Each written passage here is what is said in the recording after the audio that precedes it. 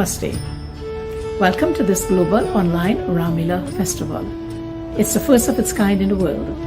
It's going to bring together countries from around the world to perform Ramlila, this Ram Katha, as told in two styles. You'll see the dramatic theatrical style or the Natya Dharmi style, and then you'll see the Lokadharmi style, Maidani, in the open air. The last one is a kind of very old style of performing that's still present in countries like Trinidad, Suriname and Fiji, and in many parts of North India. So this is the first of its kind in the world. And because of the COVID-19, many places will be unable to perform the Leelas they normally do. So Ayodhya Research Institute has decided to put together videos from the different parts of the world where they perform the Ramlila and to showcase for you the different styles. The Indira Gandhi National Center for the Arts will also be joining with the Ayodhya Research Institute in sharing their archives of different performances that they have recorded across India, Southeast Asia, and even Russia. So I invite you to enjoy this festival for nearly 30 days. Ramayan सतकोटि अपारा। Ramayan कितने रूपों में कहाँ कैसे विस्तारित है, अयोध्या शोध संस्थान से शोध करते हुए जो निष्कर्ष मिल रहे हैं वो अत्यंत आश्चर्यजनक हैं। कलिंग युद्ध के बाद पहली बार भारतीय संस्कृति का माइग्रेशन दूसरे देशों में हुआ। अगर आप भारत के नक्शे को ध्यान से देखें तो जो पूर्वी तट है हमारा, उड़ीसा, तमिल और आंध्र प्रदेश, पश्चिम बंगाल, वहाँ से जो कला हमारी कलिंग युद्ध के बाद 200-300 ईस्वी पूर्व से जो विस्तार हुआ, तो साउथ ईस्ट एशिया में वो सारे कला रूप हमें मिलते हैं। भारत के हर राज्य में, हर भाषा में रामलीला का आयोजन होता है और दुनिया के अंदर भी लगभग हर भाषा में, हर देश के अंदर रामलीला का मंचन किसी न किसी रूप में होता है। राम सब जगह है, राम सबके। इसलिए राम भारत की अनेकता में एकता के सूत्र है। साथियों, दुनिया में कितने ही देश राम के नाम का वंदन करते हैं। वहां के नागरिक खुद को श्री राम से जुड़ा हुआ मानते हैं। विश्व की सर्वाधिक मुस्लिम जनसंख्या जिस देश में है वो है इंडोनेशिया। वहां हमारे देश की तरह काकाविन रामायण, स्वर्णदीप रामायण, योगेश्वर रामायण जैसी कई अनूठी रामायण, राम आज भी वहां पूजनीय है। कंबोडिया में रमकेर रामायण है, लाओ में तालाब रामायण है, मलेशिया में हिकायत शेरी राम, तो थाईलैंड में रामाकेन है। आपको ईरान और चीन में भी राम के प्रसंग तथा राम कथाओं का विवरण है।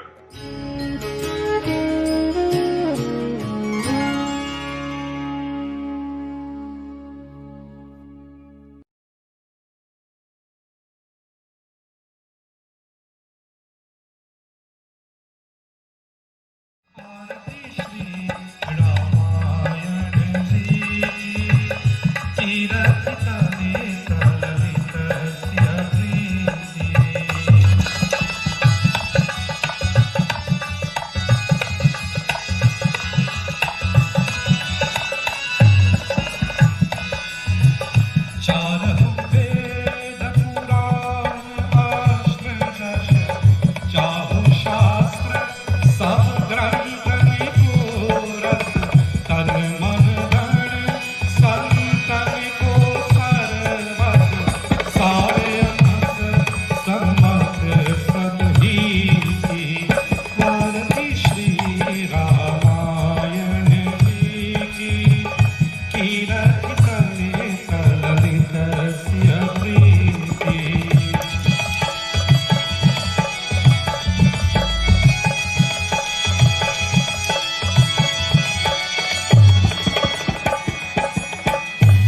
परिमहरणी विषय रस पीति शुभद श्रृंगार मूर्ति युवती की हरहि रोग मूरी अमीति तात मात सब विधि तुलसी की आरती श्री रामायण जी की कीरति तले तललित सिरती आरती श्री रामायण जी की कीरति तले तललित सिरती.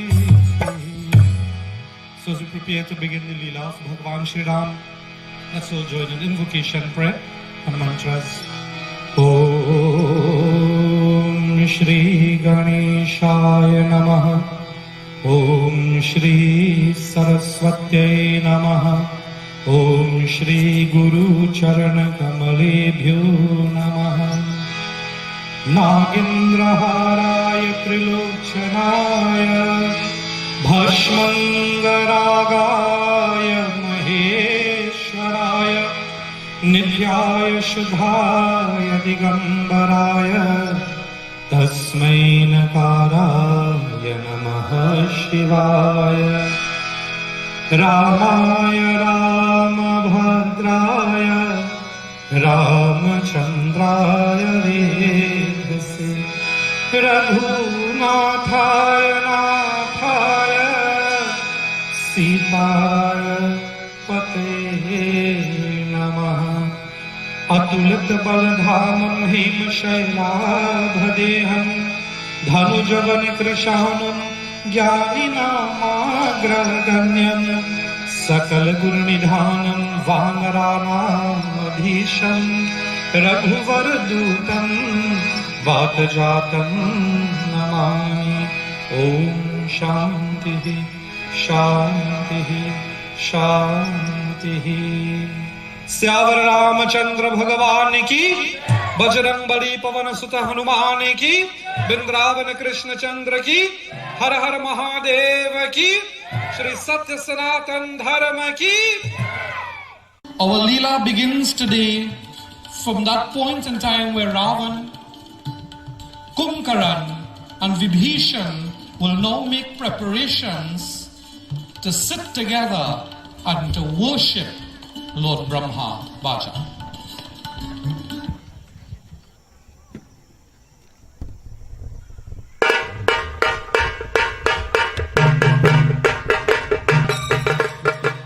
So Ravan, Kumkaran and Vibhishan, they began worshipping Lord Brahma with true love and true devotion. उपजे यद्यपि पुलस्त्य पुला वावन अमिल अनुपा तदपि महिषुर श्राप वश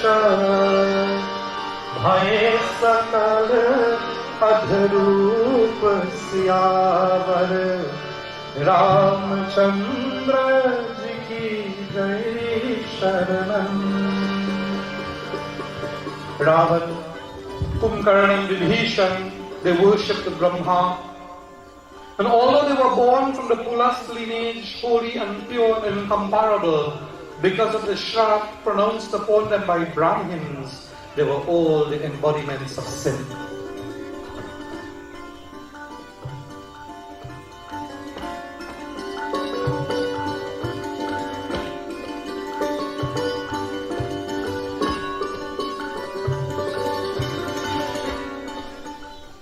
For many years they worshipped Lord Brahma. Om Brahmadevaya Namaha. Om Brahmadevaya Namaha. Om Brahmadevaya Namaha. Om Brahmadevaya Namaha. Om Brahmadevaya Namaha. Om Brahmadevaya Namaha. Om Brahmadevaya Namaha.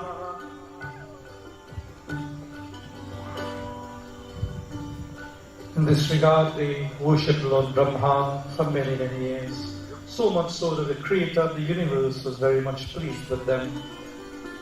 And so, being very pleased with them, Lord Brahma appeared before them.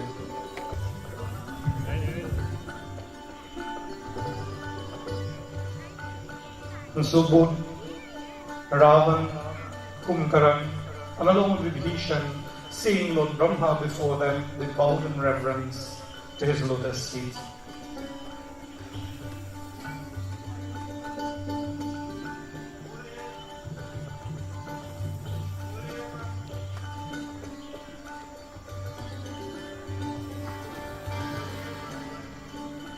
And so bowing reverently, they were very pleased to see that the creator of this universe was now standing before them. And so Ravan approached Lord Brahma. And so Ravan, again separately placing his hands together with love, he says to Lord Brahma, "Hey Brahmaji, Kari vinati pad gahi dashisha bole vachana sunahu jagdisha ham kahu kar karahi murera baran manuja jat bare." The ten-headed Ravan bowed most reverently before the feet of Lord Brahma, and he said, "O Lord of the worlds, Hey Brahmadev, Hey Parampita, my desire is that I should die at the hands of none." And so Lord Brahma, listening to the words of Ravan, he says, "Putra Ravan, no one in this world can be immortal. For who has come into this world will surely die one day. There is always a means to an end." And Ravan considered well, and he said, "My Lord, Hey Parampita, Hey Brahmadev, bless me so that no gods in the heavens may be able to destroy me in battle.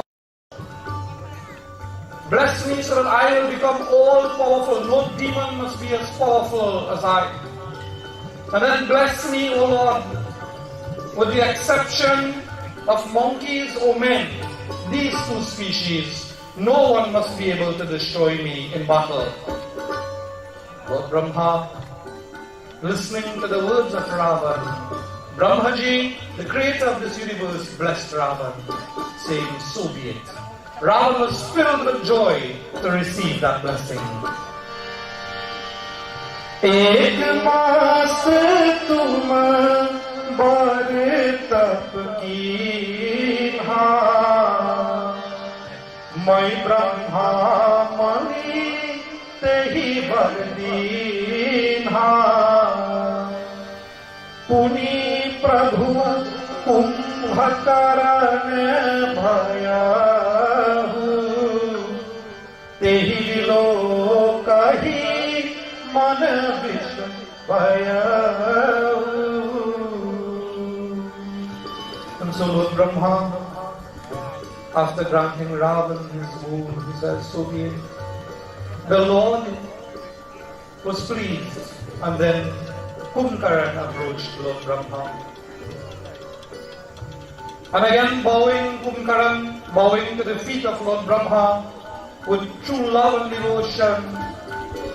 Brahmaji, being pleased with his worship as well, Lord Brahma, he says, "Varmango, ask your boon." But Lord Brahma was extremely astonished to see his huge size.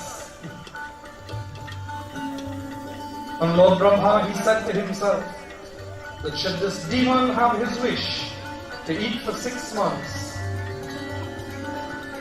that the whole world would be laid waste. So Lord Brahma, he instructed Saraswati Mata through his telepathic communication to turn the mind of Kumkaran so that he would ask for the opposite. Kumkaran really wanted to ask to eat for 6 months and sleep for 1 day.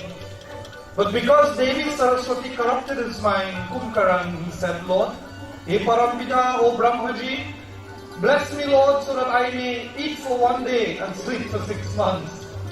And Lord Brahma blessed him, saying, so be it. And so Kumkaran received his blessing as well.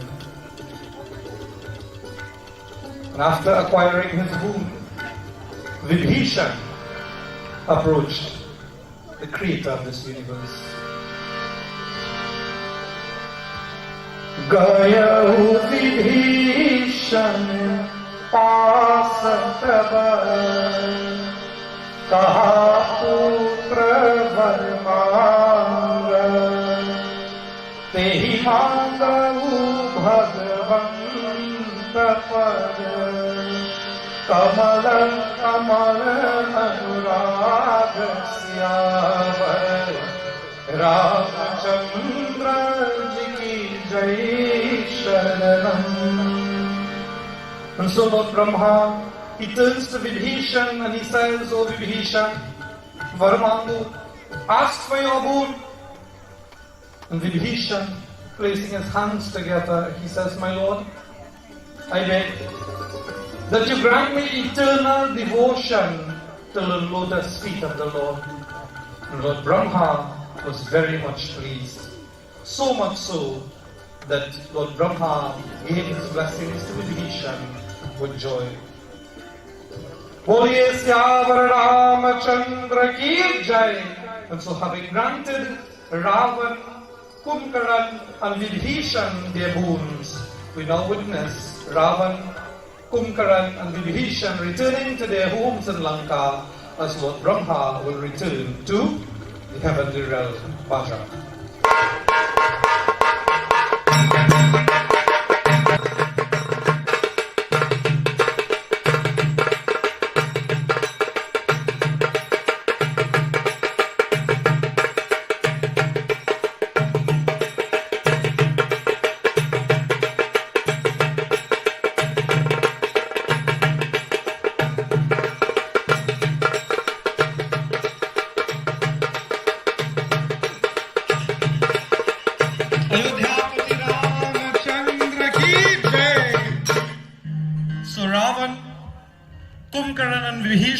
Being blessed by Lord Brahma with their desires, they began having a conversation among themselves.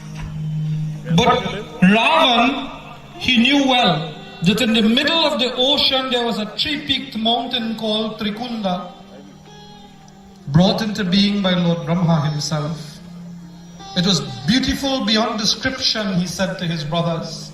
For the demon Maya, who was a great architect, renovated it. It was more splendid and charming than Amaravati, the capital of Indra. It was known throughout the world as Lanka. And so King of the Heavens, Indradev, occupied Lanka. It was protected by 10 million guards of Kuber. And so when Ravan knew of this, we will now witness Ravan journeying to Lanka, and so that he would now wage war against the Lord of the Celestials. Bacha.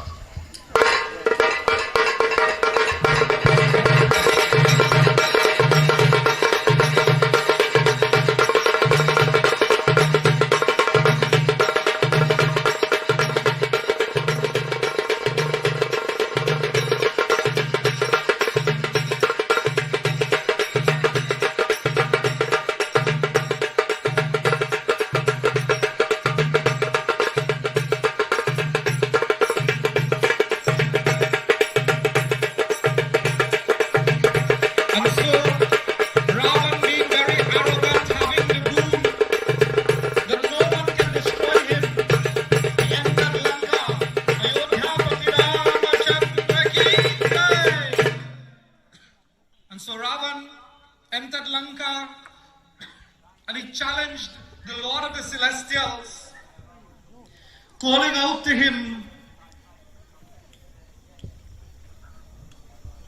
And so Indradev approached the battlefield, and a battle began between Ravan and Devraj Indra, Baja.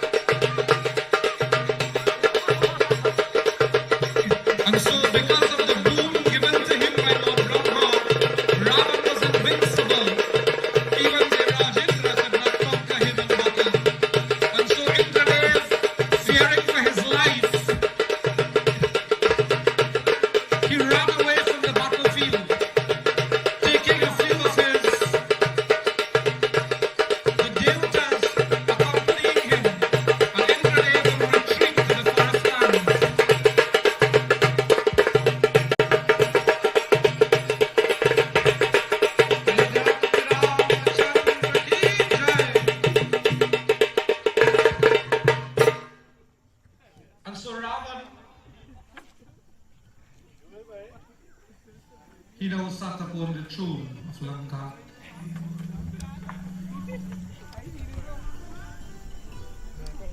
So he was feeling very accomplished and proud at that moment because of the boons given to him, gifted to him by Lord Brahma. He was so powerful that no one could face him in battle.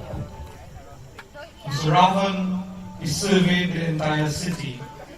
And he was pleased with what he saw. Ravan, Lanka, his capital city.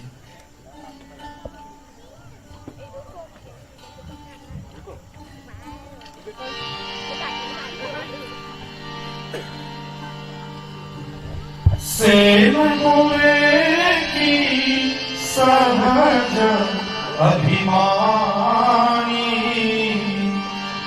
बोला वचन क्रोध मध सानी सुनहु सकल रजनीचर जूठा हमरे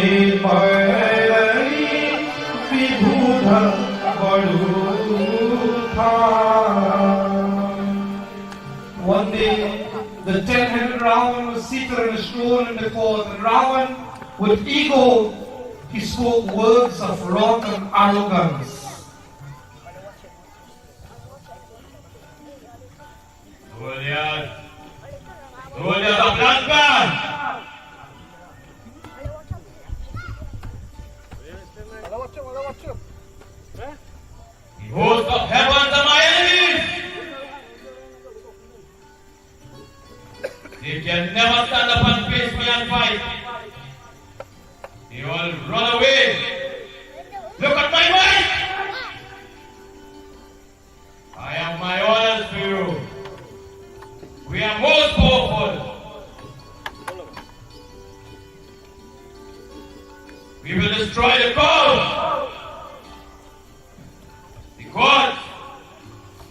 saints and sages, let's reap havoc on this land. No one is safe from us. No penance, no shroud. Let it be known. No one can stand up to me. I, the Shana Lanka Rawan. Ministers, go forth with your soldiers. Make an example. Show the saints and sages. Let them cower in fear. Prevent the fasting of Brahmin.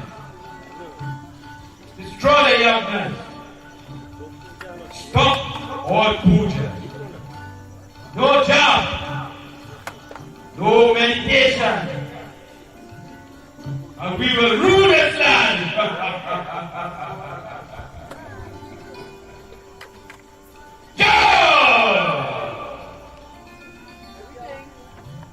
And so listening to the words of Ravan, the Rakshas army bowed in reverence as they, to the feet of their king, Lankeshwar, the Lord of Lanka, now Ravan, as they journey through the forest lands in an effort to seek out and to find all those who would have made offerings to the feet of God. And so they would now begin their destruction.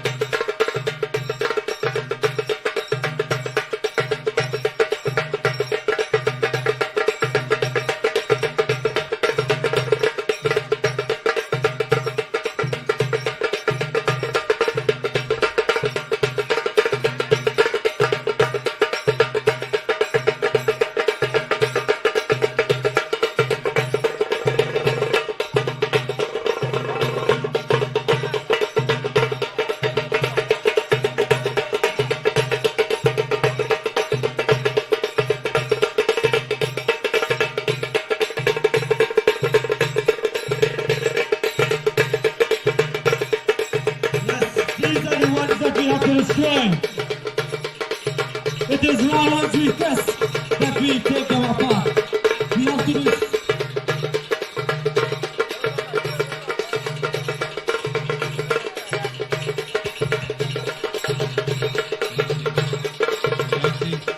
Have mercy upon us. Have mercy upon us.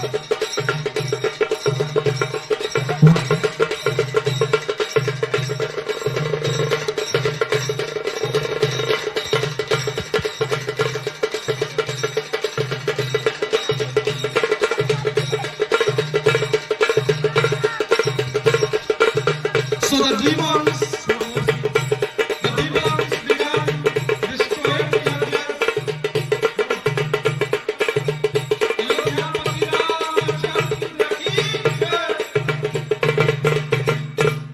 You have to start paying taxes to Ravan. You cannot worship any Lord. Who is Lord? Ravan is Lord of this kingdom now. Have mercy. Show mercy on us. Mercy, all mercies go to Lankeshwar Pati, Sri Ravan. All jap, all penances, all yoga, all meditation have to be done to Ravan. Have mercy. We are simple hermits in the forest, doing shrad, yagnas. Why do you disturb us? Why do you beat us? Why do you stop us? Now my Lord Ravan has ordered that all yagnas be stopped, all penance, all meditation, all jap, all austerities be stopped unless it is open to him. Shri Ram will protect me. कौन है राम? कौन है? श्री राम? कौन है Ram? So the demons, having no mercy, they tortured the saints and sages.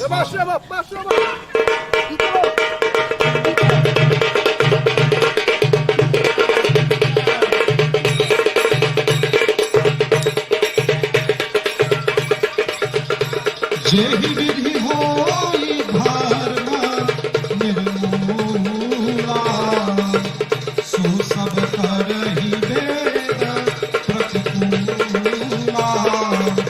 जेहि जेहि देश धेनु विजताहि, नगर राउत आदि लगावहि। And so from that day, the demons created havoc in everywhere. And everywhere that is contrary to Vedic law, they did everything in their power to root out righteousness. And wherever they found a cow or a brahmin, they set fire to that city, town and village. Virtuous acts were nowhere to be seen. And no respect was paid to gods, brahmins or gurus, parents, elders. And there was no devotion to Hari, no havan, no puja, no spiritual wisdom, and no one would listen to the Vedas or the Puranas, for Ravan would have dominated the earth.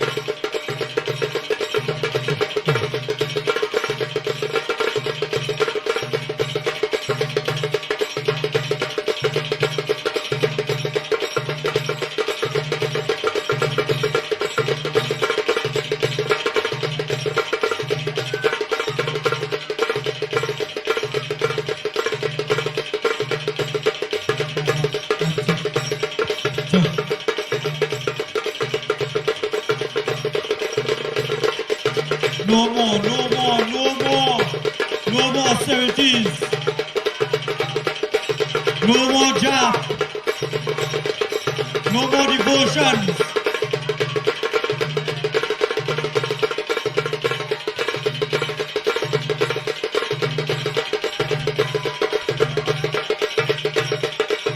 No one is allowed to do any prayer.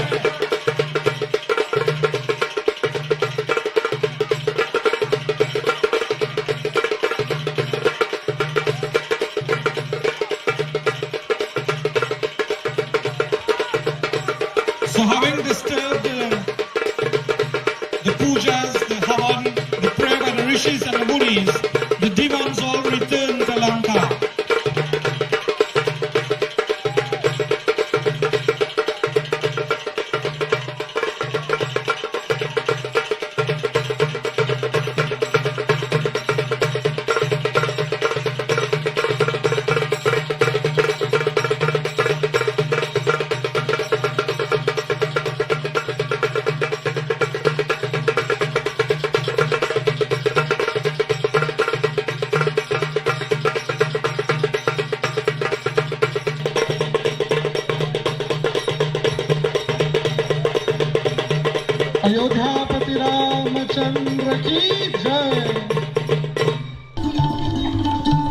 And so, perceiving supreme disrespect for religion, the earth was extremely alarmed and disturbed at heart.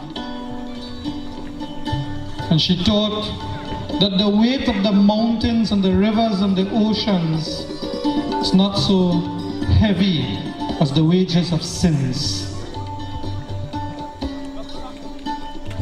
She saw all humility flush down the lava, but for fear of Ravan,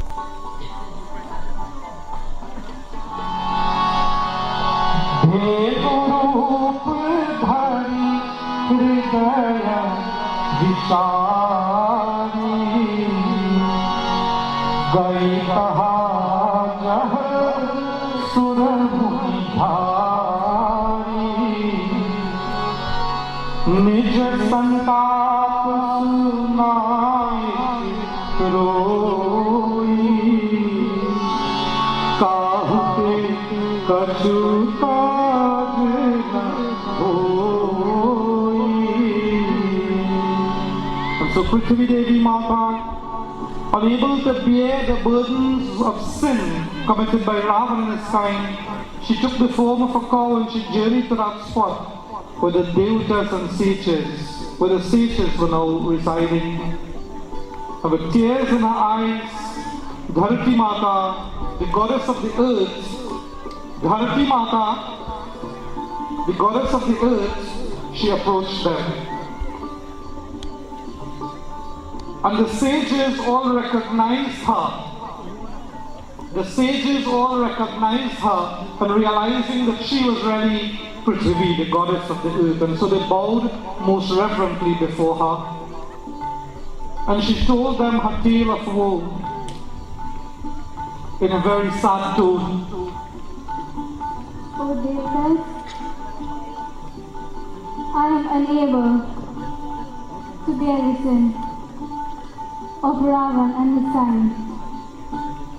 Something must be done.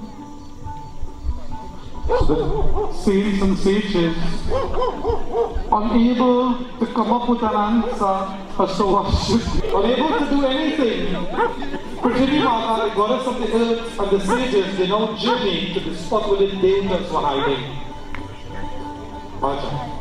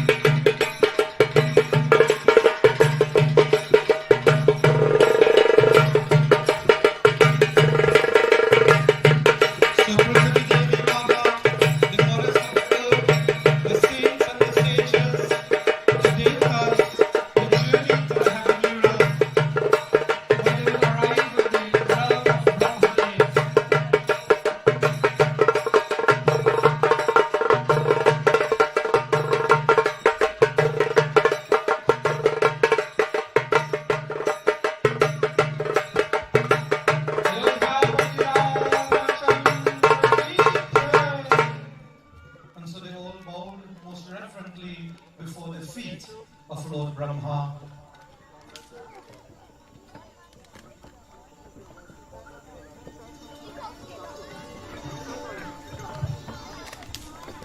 हे ब्रह्म जी, रक्षा करो.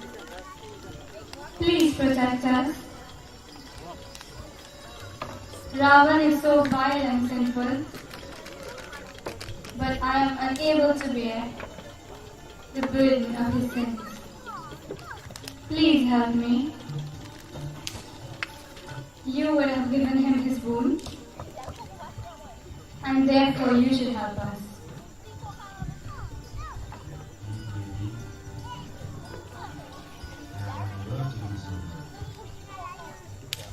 Because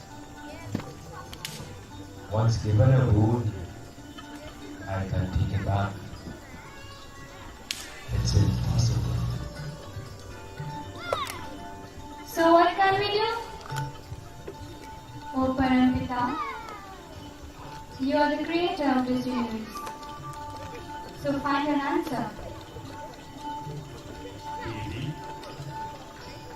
Bhagwan Shiva is out there. She's all alone. In his grace, all problems can come to an end. So let us all journey Kailash. So Prithvi Devi Mata, listening to the words of Lord Brahma, the saints and sages, they journey to Kailash Parvat, where they will meet with Bhagwan Shiva. Maja.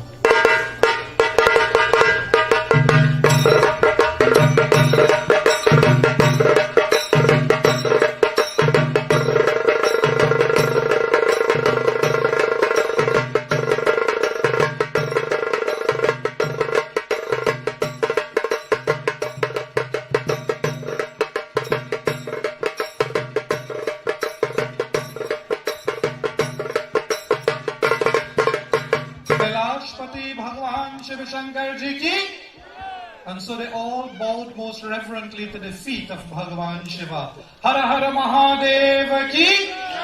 Hara Hara Mahadeva ki! हे महादेव, रक्षा करो.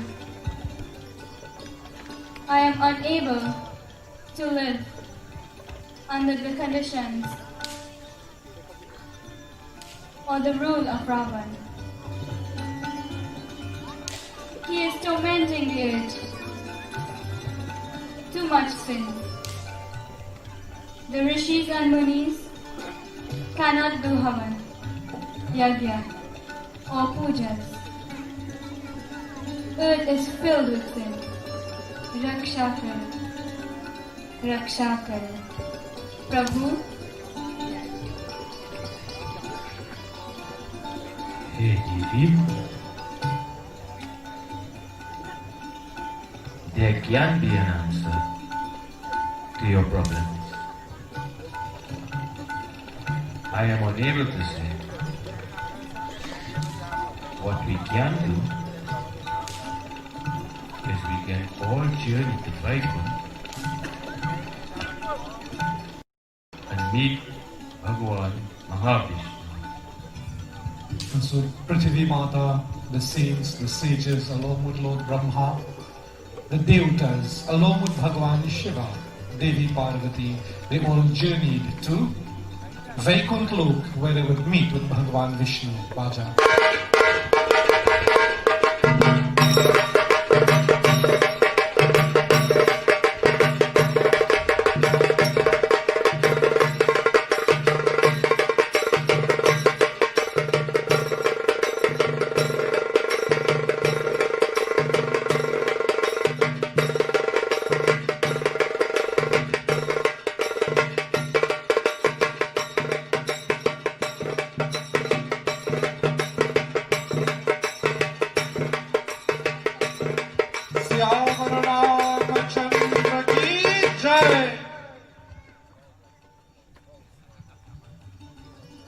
श्री हरि विष्णु भगवान की जय.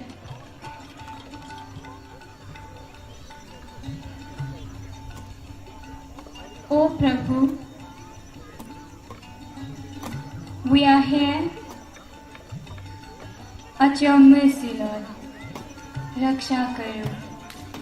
Please protect us, myself, the devatas, the gods. We are tormented by Ravan. Parampita, Lord Brahmaji, has given his boon to Ravan, and Ravan has misused it. And so he torments the earth. We are unable to live comfortable. No puja, no prayers, no yajna. And therefore, Lord, Raksha Karo. Hey, Prithvi Mata, do not worry. We'll find an answer to your problem.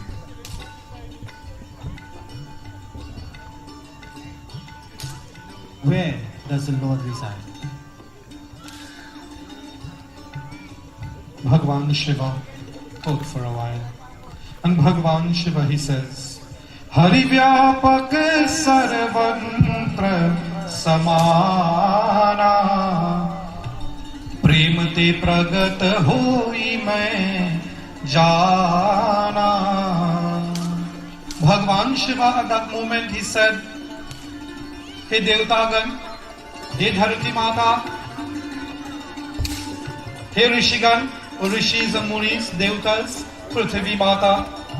The Lord is present here, there and everywhere alike. And He is revealed only by love. Tell me, is there a place, time or quarter of the world where the Lord is not? And so listening to the words, all the Devtas began chanting the name of Bhagwan Ram. Ayodhya Pati Ramachandra ki Jai! Ayodhya Pati Ramachandra ki Jai! And so the Devtas, they all chanted the name of Bhagwan Ram with love, with true devotion. They sang, Jani dar pahu muni sedha suresha tum hi lagi dhari hau nar sesa sant sahita manuja avatara laiso dina karavatara.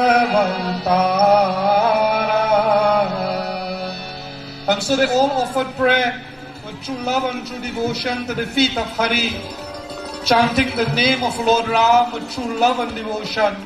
And as they did this, a thundering voice from the heavens said, Fear not, O saints and sages, for your sake I will assume the form of a man with every element of my divinity, and I will incarnate in the glorious solar race. And so listening to the words of the heavenly voice, all the Devtas became filled with joy as they shouted Jaikar to Bhagwan Ram. Bole Siyapati Ramachandra ki! Bole Siyapati Ramachandra ki!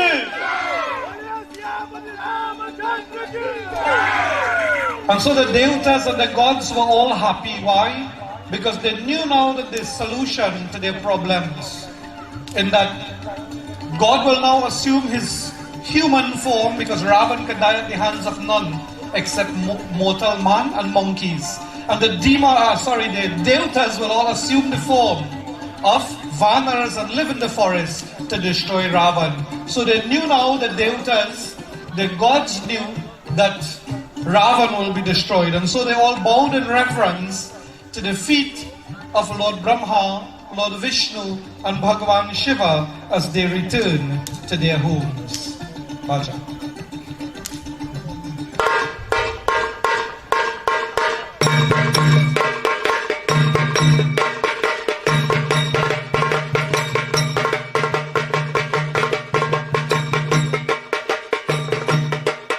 And so the Devtas all returned to their homes, feeling confident that the Lord will incarnate, and so that He will be able to re-establish the hermetic principles on the earth once again. So we have witnessed so far in our Leela the coming of Ravan, and we have witnessed as to how Ravan would have acquired his strength and his power. And now we are going to witness really how Sri Ram would have come upon this earth to destroy Ravan and his kind, and also to re-establish the hermetic principles. So we focus our attention at Ayodhya Puri, the beautiful city of Ayodhya where Maharaj Dashrath ruled over. एक बार भूपति मन माही मैं ग्लानि मोहि सुत नाही गुरु गृह गाई तुरत महिपाला चरण लागी करी विनय विशाला। एक बार राजा दशरथ के मन में ग्लानि हुई कि मेरे पुत्र नहीं है। राजा तुरंत ही अपने गुरु के घर गए और चरणों में प्रणाम कर उन्होंने बहुत स्तुति की। So Ayodhya Puri was a city that was always filled with happiness. Maharaj Dashrath ruled there, and joy always filled that city. Although Ravan would have conquered many cities, Ravan could not have conquered Ayodhya Puri because of the might of Maharaj Dashrath. And one day, King Dashrath was very sad in his court. Why? Because he had no sons. And so Maharaj Dashrath, he approached his Guru. And bowing most reverently to the feet of his Guru, again and again, he told the Guru all of his joys and sorrows. And the great sage Vasishtha Muni comforted him in many ways and said, "Take heart, Maharaj Dashrath. You will have 4 sons who will be known throughout the 3 worlds and will relieve the devotees of all their fears." And then Vasishtha Muni, he sends a messenger to Shringi Rishi. And so Vasishtha Muni along with Maharaj Dashrath will now journey to Shringi Rishi. Pacha.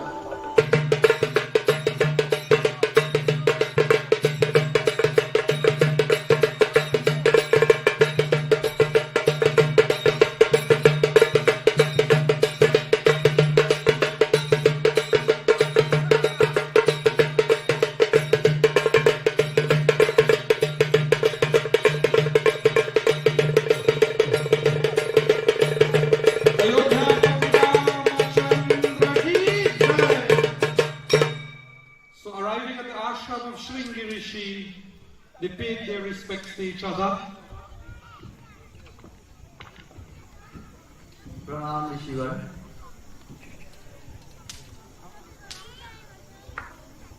I am so full of joy to have you at my home. How blessed is my ashram to have you here with me, along with Maharaj Dashrath, O Guru Vasishtha. And Sumanji, what can I do for you all? How can I help you? O great King, something bothers you, something troubles you. You have made a very long journey to my ashram. And so listening to the words of Shringi Rishi, Vasishtha Muni, he says, Hey Rishivar, Maharaj Dasharatha is unable to have sons. We know very well that he has a daughter. So, we would like you to perform Putreshya. Oh great sage, there is nothing that will make me more happier than to perform this for you. Come, let us not waste time. and so saying, Shringi Rishi, Maharaj Dashrath, Vasishtha Muni, along with Sumant, they made preparations, and so Putreshti Yajna began, conducted by Shringi Rishi, who was expert in that field. Shringi Rishi was the son-in-law of Maharaj Dashrath. Maharaj Dashrath had a daughter whose name was Shanta, and she was wedded, or she was married to Shringi Rishi. So when people say Dashrath had no children, it's really a misconception.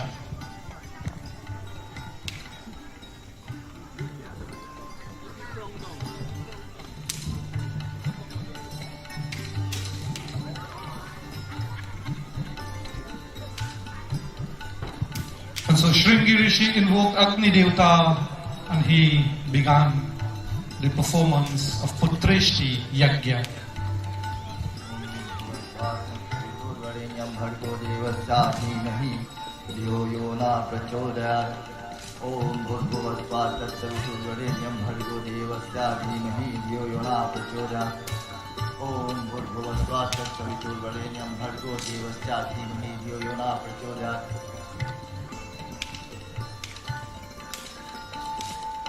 ओम सिद्धि बुद्धि प्रदे देवी भक्ति मुक्ति प्रदायिनी मनसा मूर्ति सदा देवी महालक्ष्मी नमस्ते।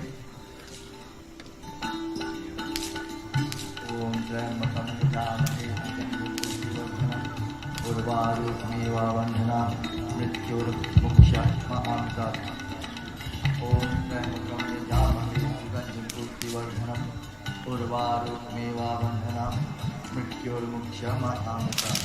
Shringi Rishi Vasishtha Bhulava Putra Kam Subh Jag Kar Rava Bhakti Sahit Muni Ahut Deene Pragate Hu Agni Charu Kar Leene. Shringi Rishi, he performed the yajna with so much faith, so much love, and so much devotion. Muni ne bhakti sahita ahutya di, तब हाथ में चारू लिए अग्नि देवता प्रकट हुआ.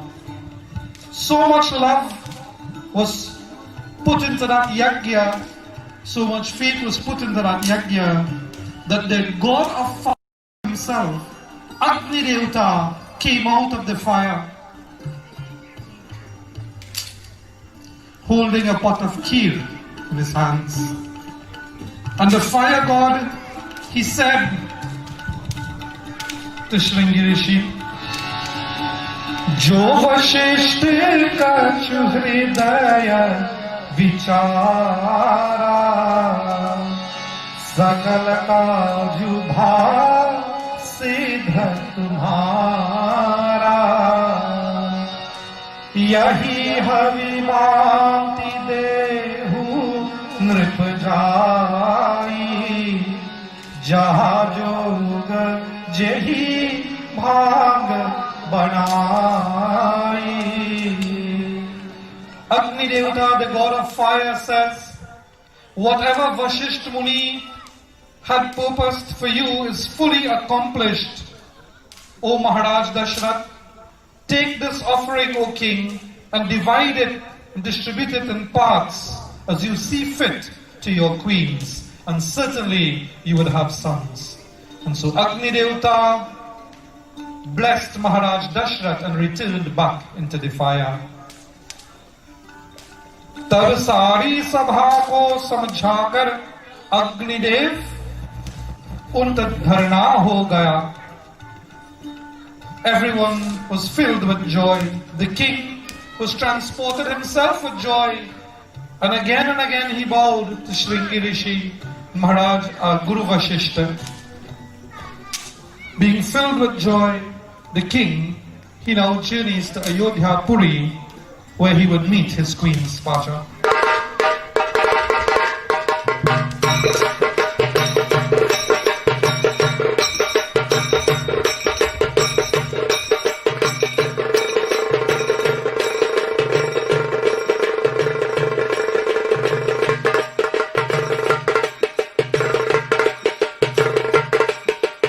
And so Maharaj Dashrath was filled with joy, and that his prayers was answered, performed by Shringi Rishi, instructed by Vasishta Muni, and of course blessed by Agni Devta.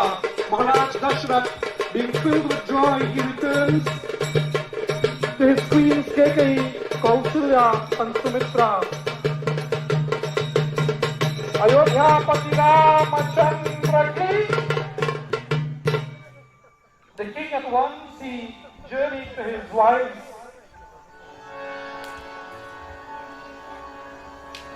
तब ही राम प्रिय नारी बुलाई कौशल्यादि कहाचन आई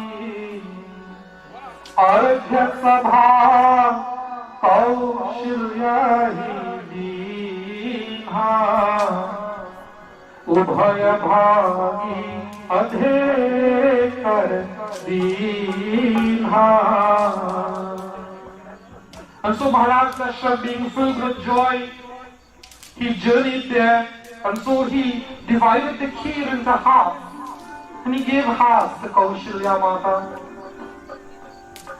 He took the other half and he divided it into just two portions. One he gave to Kekai. The remainder was again divided into two portions, 1/8 portions, which she placed into the hands of Kaushalya and Kekai again, seeing that none was given to Sumitra, but they gave their shares to Sumitra. Sumitra,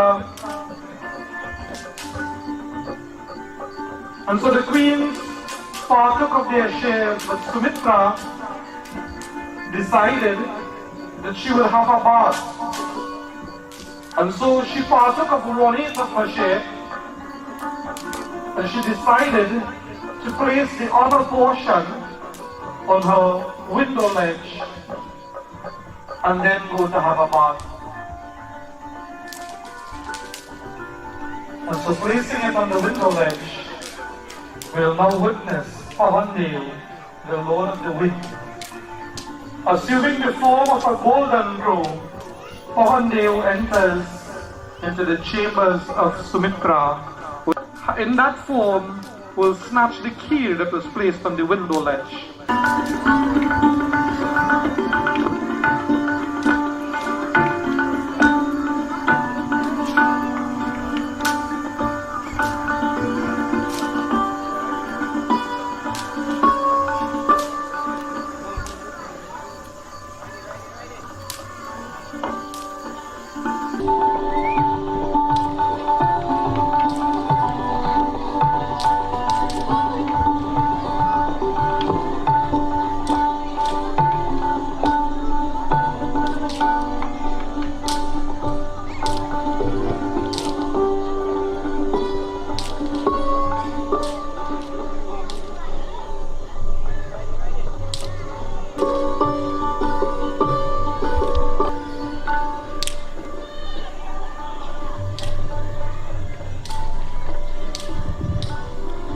And so we see Pavandev the Lord of the Wind in the form of this golden crow.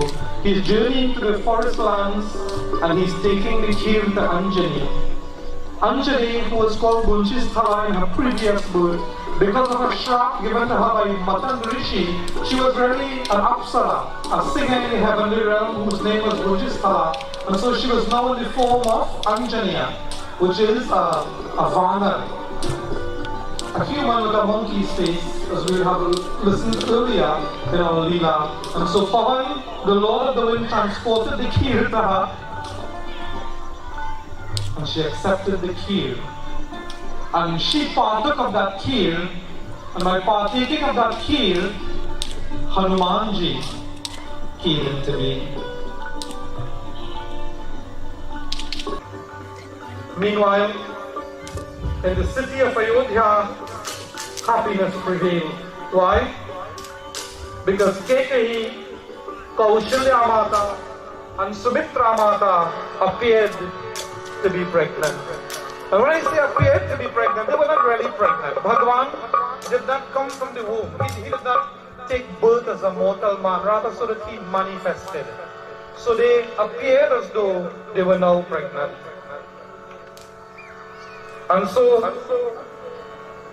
Goswami Tulsidas says, the position of the sun and the moon, the zodiac sign into which the sun has entered, the position of the seven realms, the queens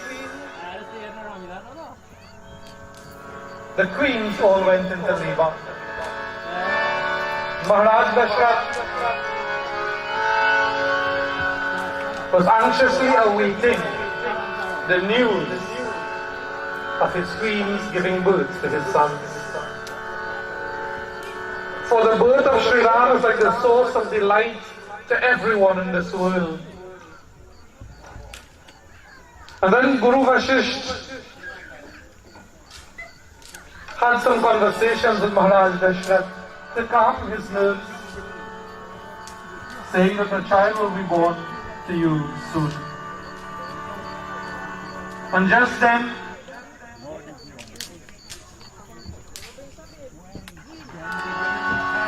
and so as Maharaj Dashrath, he was anxiously awaiting the arrival of his sons.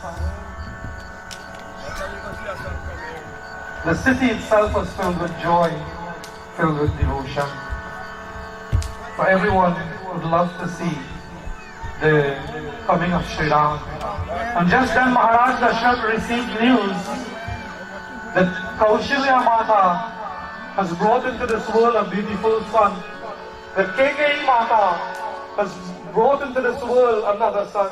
That Sumitra Mata has brought into this world a beautiful son as well. And so they all filled with joy. The city of Ayodhya was filled with joy as they began celebrating the birth of Ram. Chaitahi ke tithi naumi tu naubat baaj tu naubat baaj sati bajra lakshya pagwar kunya sati bajra lakshya pagwar kunya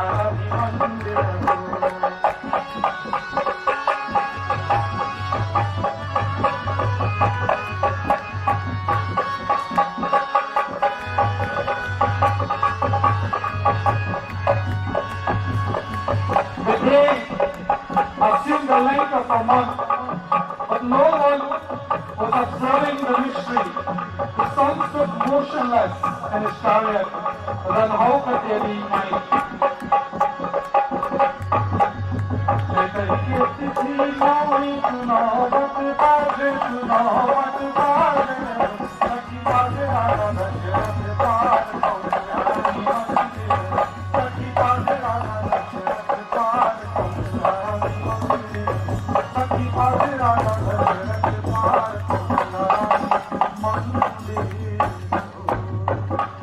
Ayodhyapati Ramachandra Bhagavani ki. And so Maharaj Dashrath was filled with joy to have his bundles of joy with him. Guru Vasishtha proclaimed that the first child, his name to be Lord Ram, the second Bharat, the third Lakshman, and of course Shatrughan. Maharaj Dashrath was besides himself. He was filled with joy. Meanwhile, in the forest lands, Anjani Mata brought forth that very beautiful child in the form of Hanuman Swami. And so in this regard, Ravan would have come upon the earth, Ravan would have created havoc upon the earth. And so Bhagwan Ram, Ravan could die at the hands of none except humans and monkeys. And so Sri Ram, God, was now embodied as a human being, and all the devatas would have taken Vanar form, monkey-like form. And so the stage was now set for the destruction of Ravana and his kind. And let's see what will happen in tomorrow's Leela. Ayodhya Pati Ramachandra Bhagavan ki, Har Har Mahadev ki. And so bringing our Leela to an end for tonight. Keshwar, we have returned from the forest, but you would not believe what we have seen. These foolish rishis and munis, they have finally given us taxes. Look, just look at what they have given us. They have given us their blood.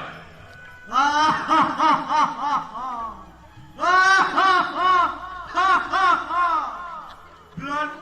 This worth nothing. Nothing at all. This worth nothing to anyone here. What shall I do with this?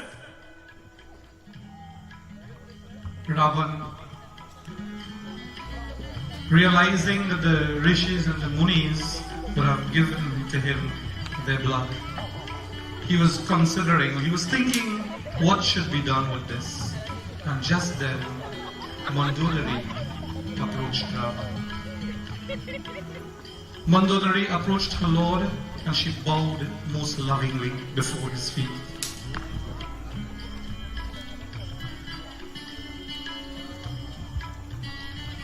Hey Lankeshwar, hey Nar, my beloved husband,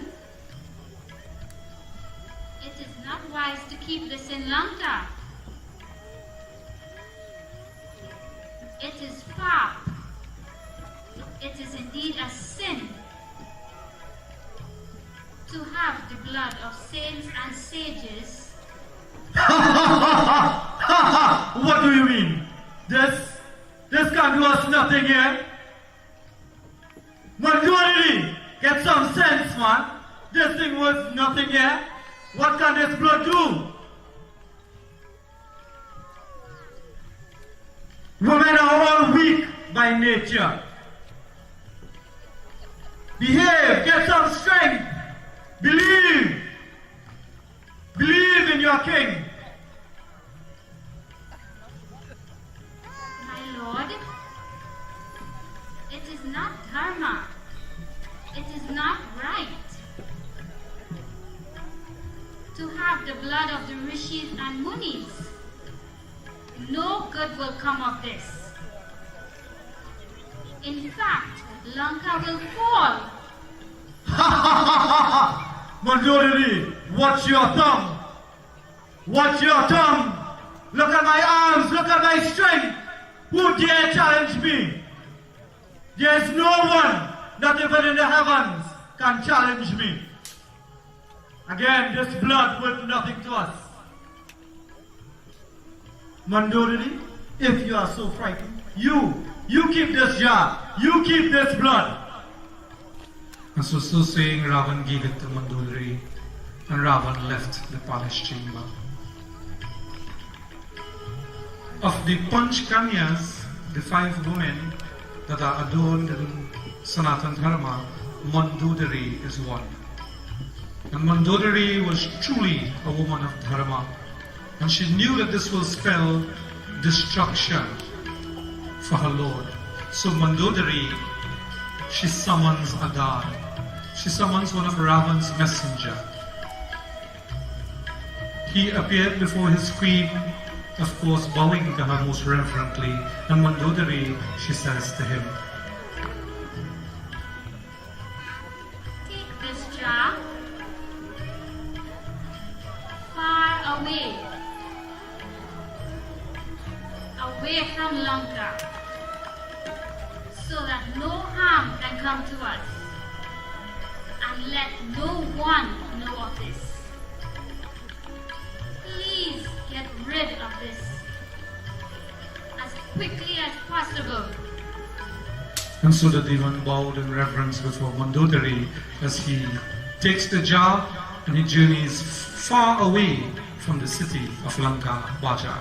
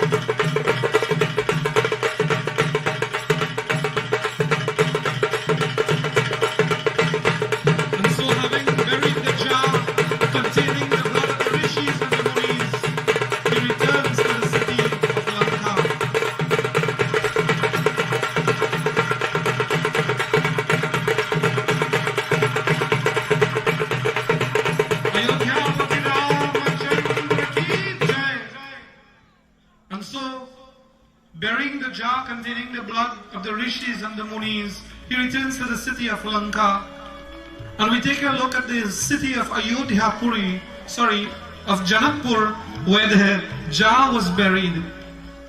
Raja Janak ruled over that kingdom, and Raja Janak, seated most comfortably one day upon his throne, he addressed his Queen Sunaina.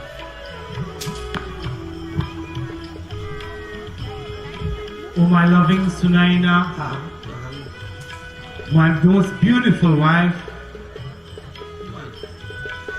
there are a few things that cause concern in my life at this time. First and foremost, this season of drought that our city and our country have been experiencing, we need to seek some remedial action. It is also a wonderful opportunity for us at this time as well. I know there are many concerns you share about how many children we will have and bring about more joy in our palace. Mind you, I guarantee you that things will change. this season of productivity that is entering this new crop season, this new season of planting, I have decided at this time that as per tradition, I will use the golden plow and start tilling the land for myself on behalf of the subjects. So fear not.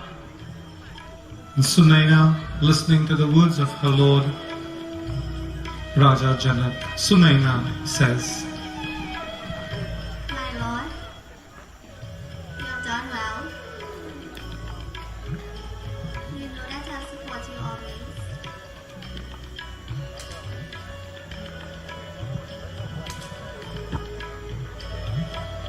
Whether God have blessed us with children or not, I am quite content and happy, my lord. So I will accompany you in this mission of powering the land. and so we'll now witness Raja Janak and Queen Sunaina as they make preparations to begin the plowing, the tilling of the land, Bacha.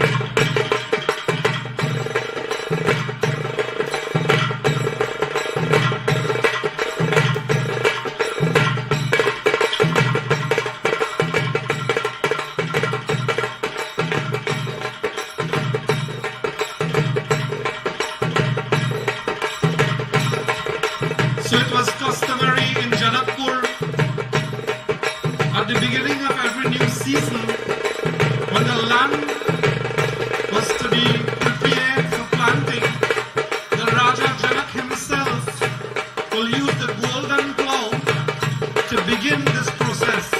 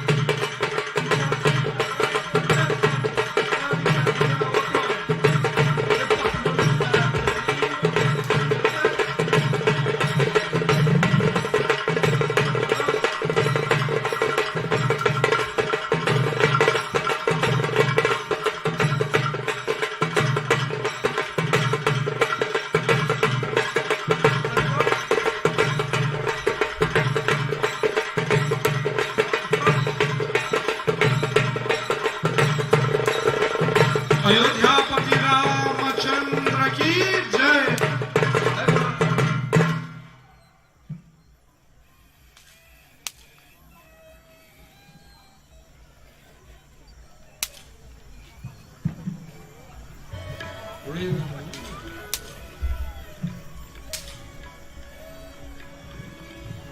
And most gracefully Raja Janak, he pulls the plow.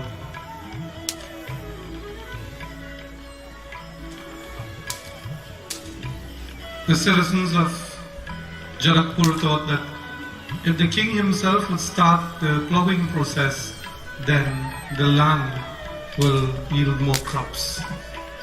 And so for this reason, the king himself was now pulling the plow to begin the new season.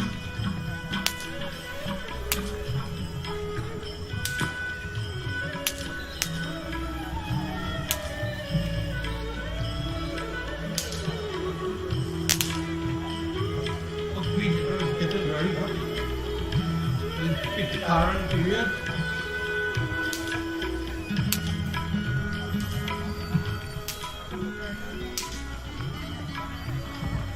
And while Raja Janak was pulling that plough, the very jar which was buried in the outskirts of Janakpur, the plough will now dig up. And the jar will emerge from the earth.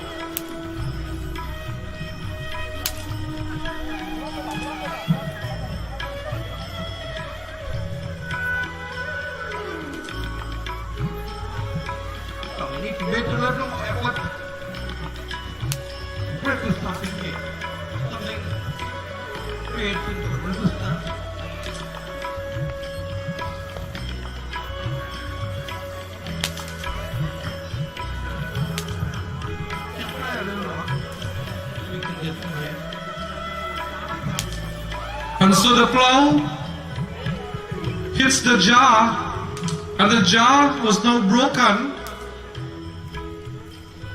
And when both Janak and Sunaina examined the jar carefully,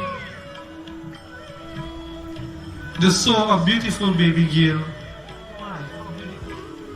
And Janak's heart was filled with joy, and Sunaina was filled with joy as well.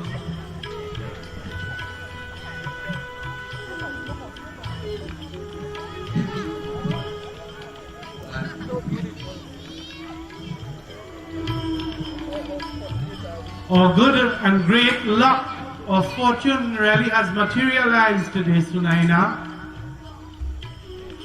With this plowing ceremony, we have been able to realize this wonderful baby straight from the laps of Mother Earth. Oh my Lord, Swami. God has truly blessed us.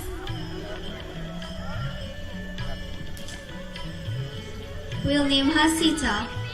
A fitting name on behalf of the plow itself, Sita, of divine name. A wonderful choice, Sunaina. So both Raja Janak and Sunaina returned to Janakpur, Raja.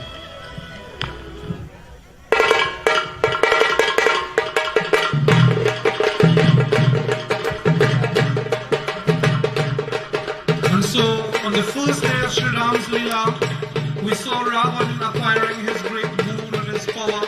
We saw him tormenting the rishis and the munis. We saw the mothers begging for help from God. We witnessed where Bhagwan Ram would have manifested. The devatas would have assumed Vanar form, monkey-like form. And now we witnessed the coming of Devi Sita. And so the stage was now set for the destruction of Ravan and his kind. Ravan wanted the blessing that he could die at the hands of none, save and except monkeys and men. And so in this regard, Janakpur was filled with happiness. The Praja, the citizens of Janakpuri, they all rejoiced. In that Janakpur would have now gotten a princess.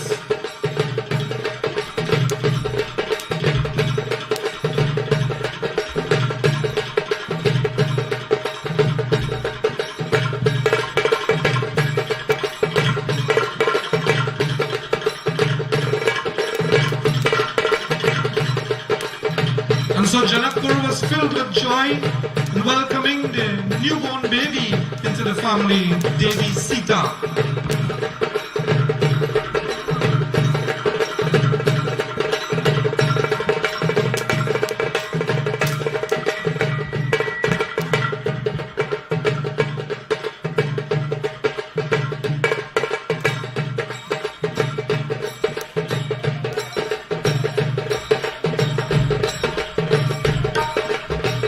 Ayodhya Pati Ram Ramchandra की जय। मंत्र महामुनि ज्ञानी बसहु विपिन शुभ आश्रम जानी। जप तप योग मुनि करी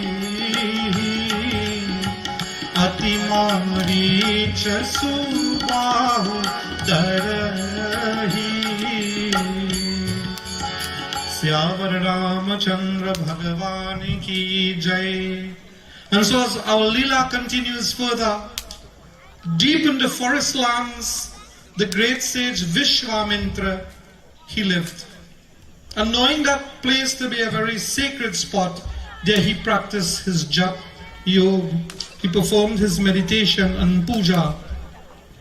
But every time Vishwamitra Muni performs his puja, two demons by the name of Marich and Subahu will continue to disturb his yajna. So as Vishwamitra Muni, he is performing his yajna, two demons, Marich and Subahu, they now approached Vishwamitra Muni, Baja.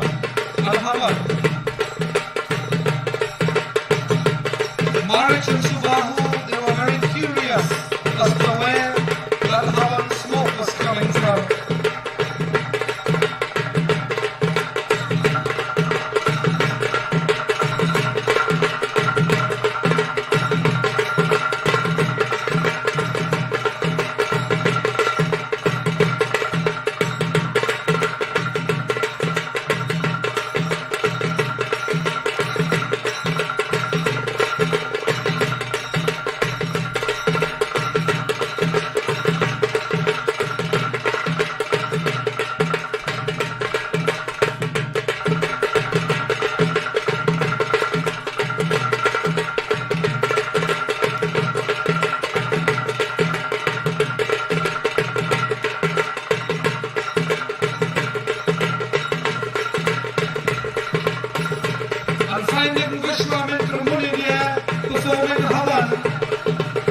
The demons tried everything to stop him from performing his worship to Shri Hari.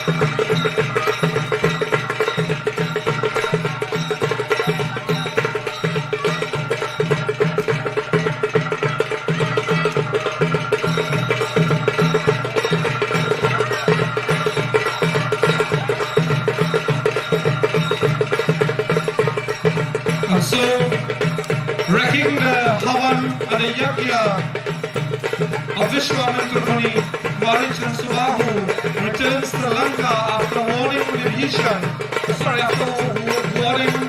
Vishwamitra Muni never to perform this kind of yajna again.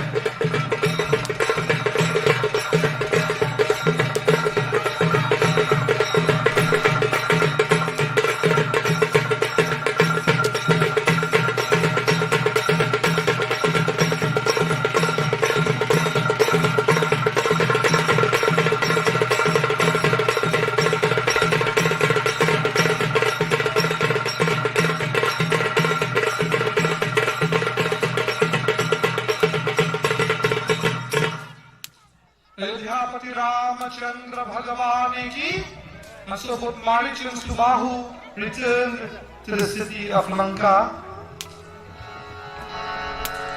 Gadhitanaya man chinta vyapi, Hari binu marana nishichar papi, tab muni var man कीन विचारा प्रभु अब करे हरण महिधारा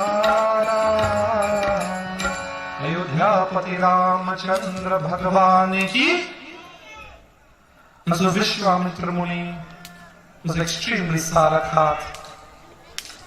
And Vishwamitra Muni, the son of King Gandhi, he felt distressed in his heart that these demons, they were now tormenting him along with the other saints and sages of the forest lands.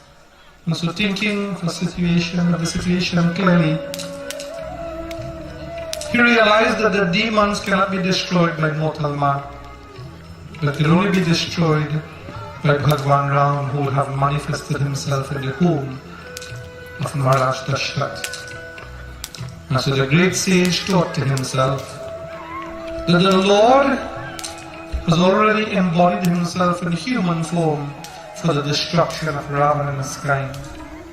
Now Vishwamitra Muni thought in his mind, let me make the outrage of the demons an excuse so that I will be able to see the lotus feet of the Lord.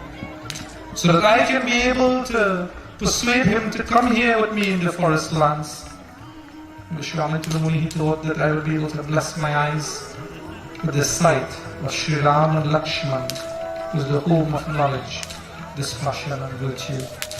And so, thinking this way, we will now witness Vishwamitra Muni as he journeys to Ayodhya Puri Bhaja.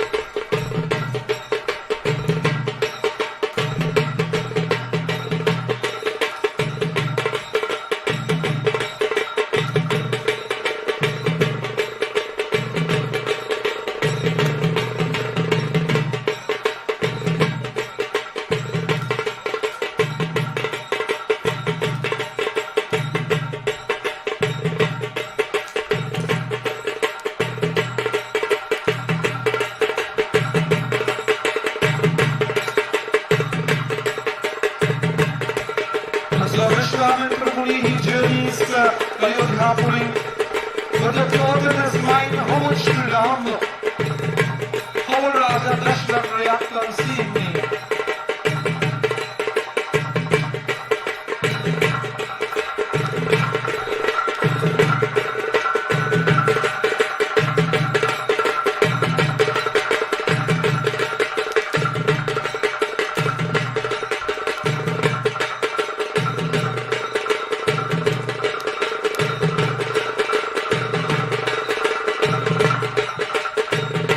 So before arriving at Ayodhya Puri, he takes the bath in the holy Saryu river and then he journeys to the palace of Ayodhya.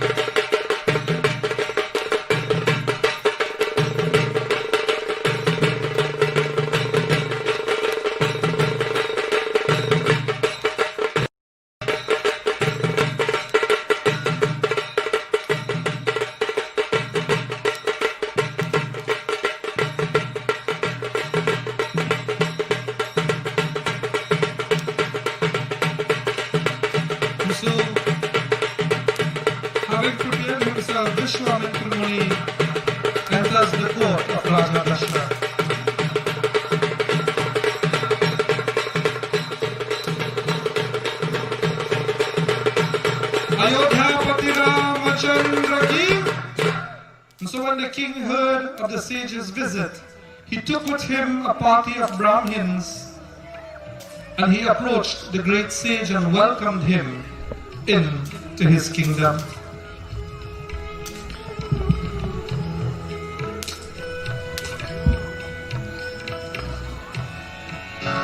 मुनि आगमन सुना जब राजा मिलन लय प्रसमाजा करि दंडवत मुनि ही समारी निज आसन बैठारी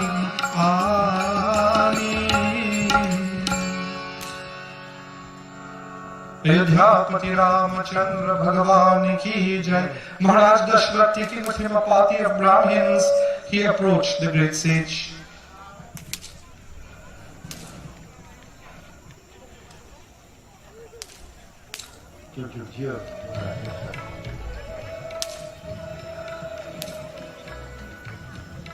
And so Maharaj Dashrath, after paying his respects, he brought him inside and he offered him a seat upon his own throne.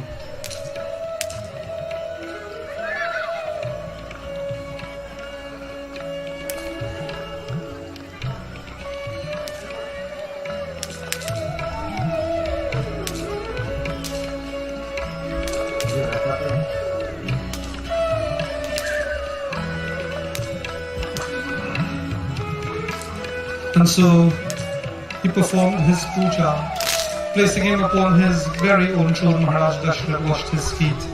He paid him great honor.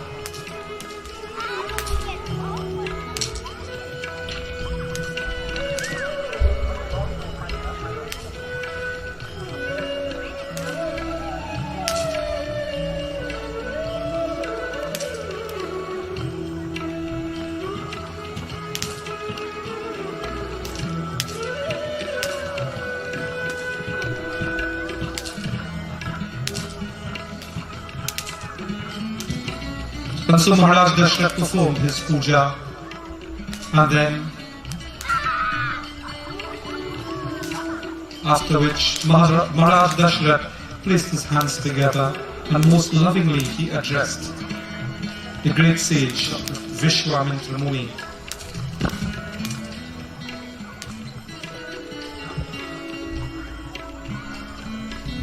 The great sage, he said, "Hey Munivar,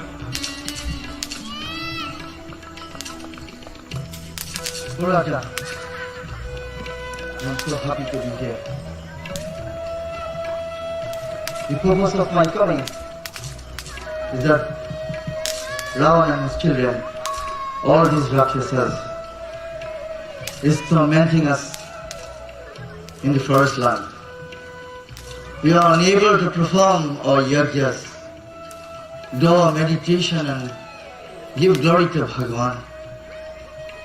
Hence, the reason I come to you, seeking your help, O Raja. Please, help me. Hey Vishwamitra Muni, I am indeed blessed today. There is no one as fortunate as I am. Indeed, you have come to my home, and I am grateful for your visit.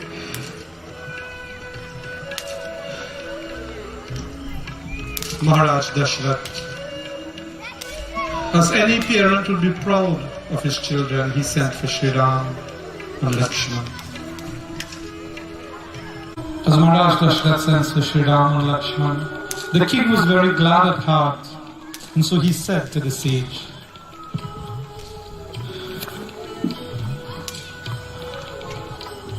Oh Vipra,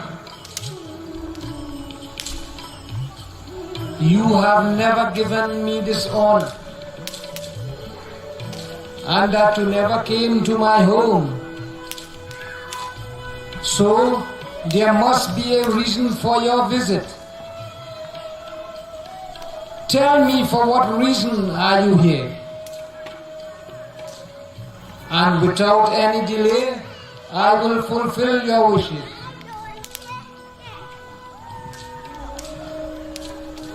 Oh Raja, whatever you want, tell me and I will give you without any questions. Oh Maharaj Dashrath, great of you to give this kind of honor to me. Whatever I desire, you will give it unto me. Oh Vashish Muni, how great are you! You have taught your Raja well. Today I have that blessing, that whatever my desire may be, today he will fulfill that desire. Oh Raja Dashrath, if only you can give me your Ram and your Lakshman, for they, Bhagwan incarnate, to destroy the Rakshasas. No one else can do it. Please, O Raja, I humbly ask of this from you. They are the only ones to destroy these Rakshasas from tormenting us in the forest lands. And so, hearing the most unwelcome demand, the king was filled with sadness. The brightness of his face faded.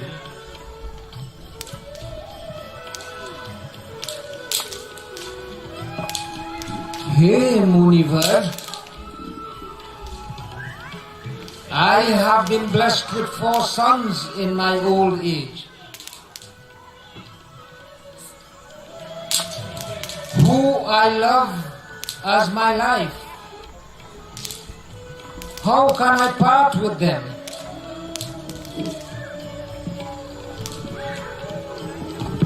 Ask for me for anything, land or anything.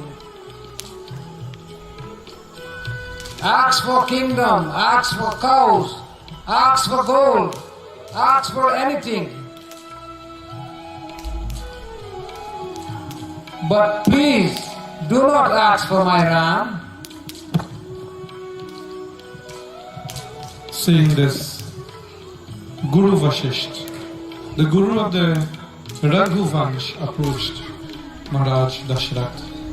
And of course, Dashrath bowed most reverently before his Guru. Guru Vashisht, he says, Maharaj Dashrath, it is for the sole purpose of destroying Ravana and his kind that Bhagwan Ram would have manifested in your home. He is no mortal being, he is no ordinary human, in that he is Maryada Purushottam. He is the embodiment of divinity. O King, allow Sri Ram to go with Vishwamitra Muni so that he can fulfill his purpose upon being upon this earth. And so, listening to the words of Guru Vashisht, Raja Dashrath,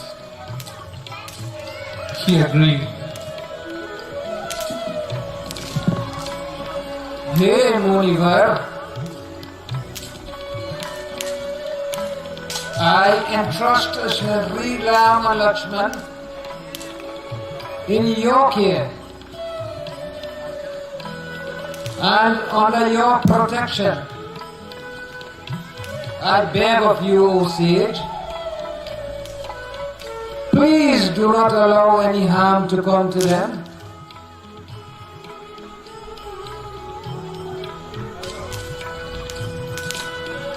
O Raja, you tell me, the Lord of the universe, who can harm him? He is safe.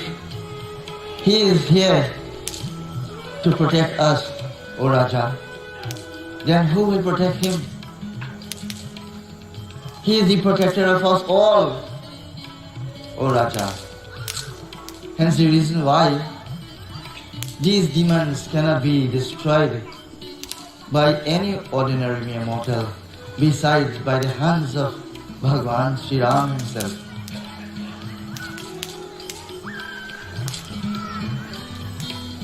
Sri Ram, आओ, come. Lakshman, तू भी आओ, you also come. Bharat और Shatrughan, तुम आओ, you both also come. You all have a great opportunity to meet a great sage, Vishwamitra.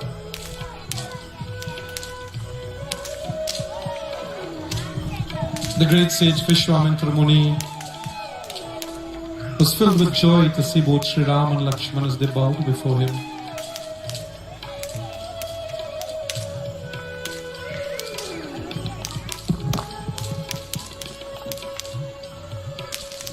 And so Maharaj Dashrath instructed his sons. बेटा राम और Lakshman, please accompany Vishwamitra to the forest lands.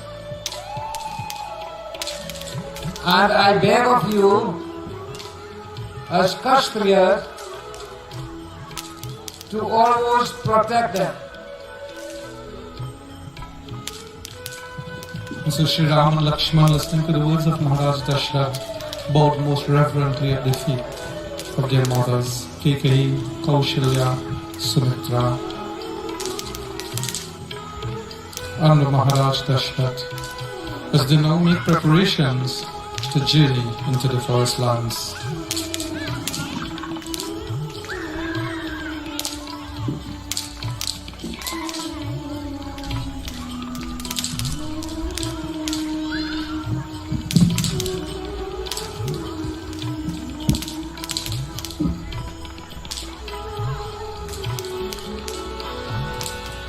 चले चात मुनि दीन दिखाई, सुनिता का क्रोधंकारी,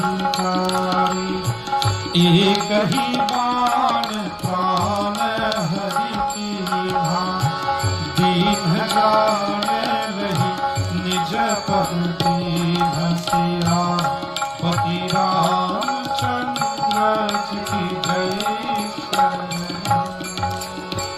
Ayodhya Ramchandra Bhagavan ki jai.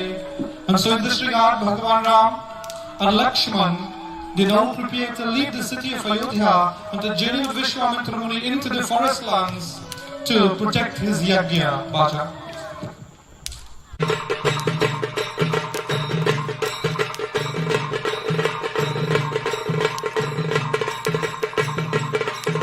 The sage Vishwamitra Muni will now point out a demoness, Taraka by name, who on hearing their voice rushed up in great fury. And a battle began between Sri Ram and Taraka.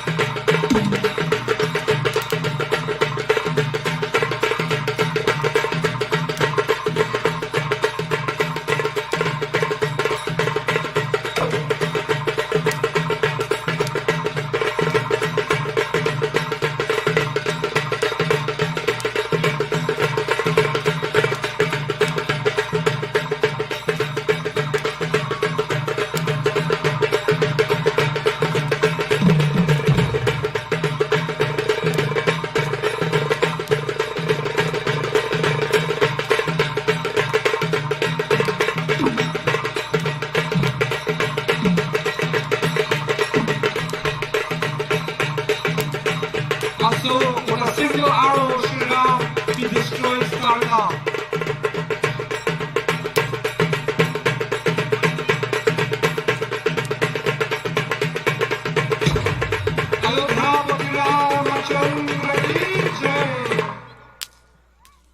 And so with a single arrow, the Lord, he destroyed Tarka. But the Lord Sri Ram, as merciful as he was, he saw her to be good in her previous life. And because of her shrap, she was now embodied in this form as a demon. And so the Lord, he felt great pity for her. And so he gave her his blessings, and so redeemed her from her shrap.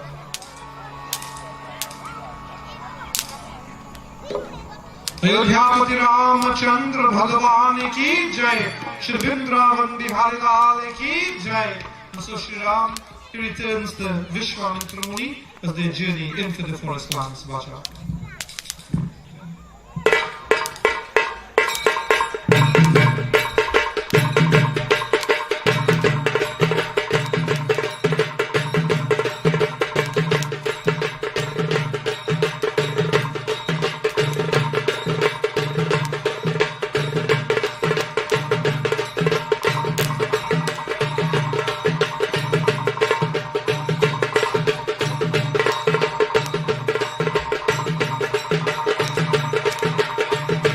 Ayodhyapati Ramachandra ki jai.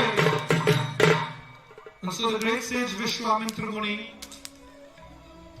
would now give to Sri Ram and Lakshman special weapons from the gods and teach them the art of using each weapon.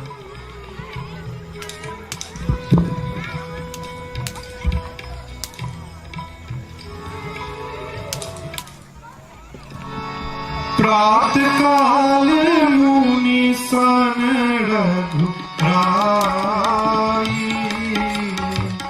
निर्भय गयन करहु तुम जाई, ओंकार लागे मुंझारी, आयु रहे मख की रखवारी.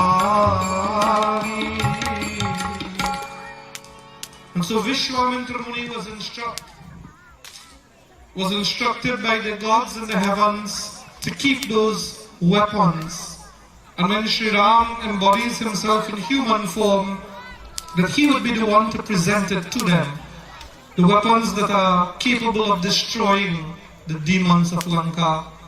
And so after giving the weapons to Sri Ram and Lakshman, Sri Ram, he instructs Vishwamitra Muni to go and to perform his havan without fear of any demons.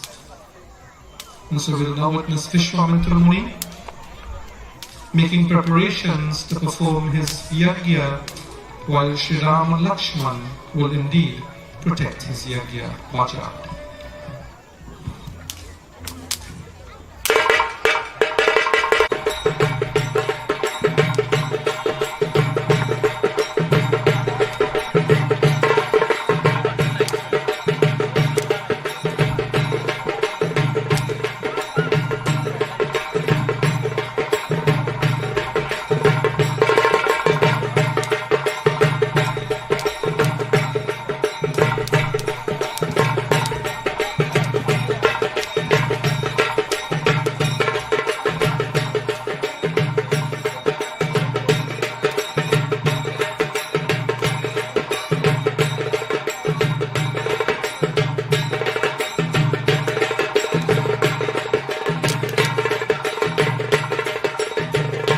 And so Sri Ram and Lakshman protecting the havan of the great sage Vishwamitra Muni.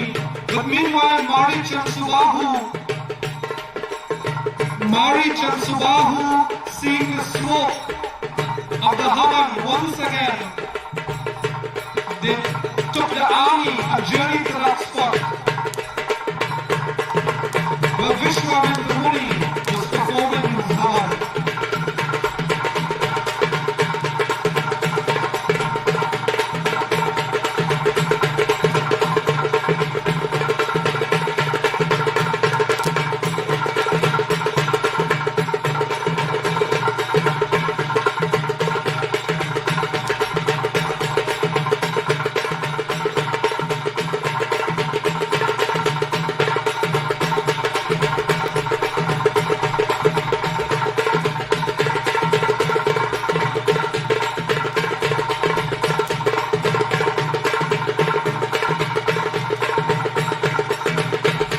Ram, seeing the army approaching, he turns to Lakshman.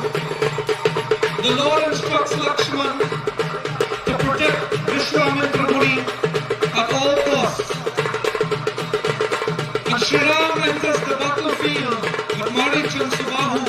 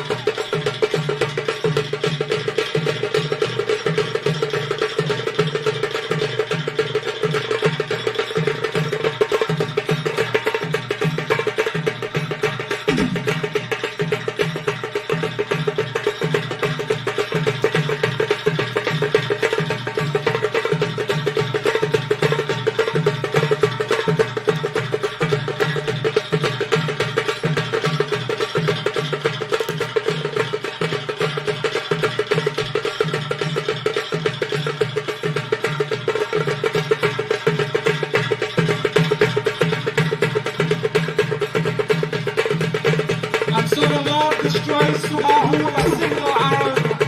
As Subahu falls to the ground, Marich becomes angry, and Marich approaches Bhagwan Ram with vengeance upon seeing the death of his brother.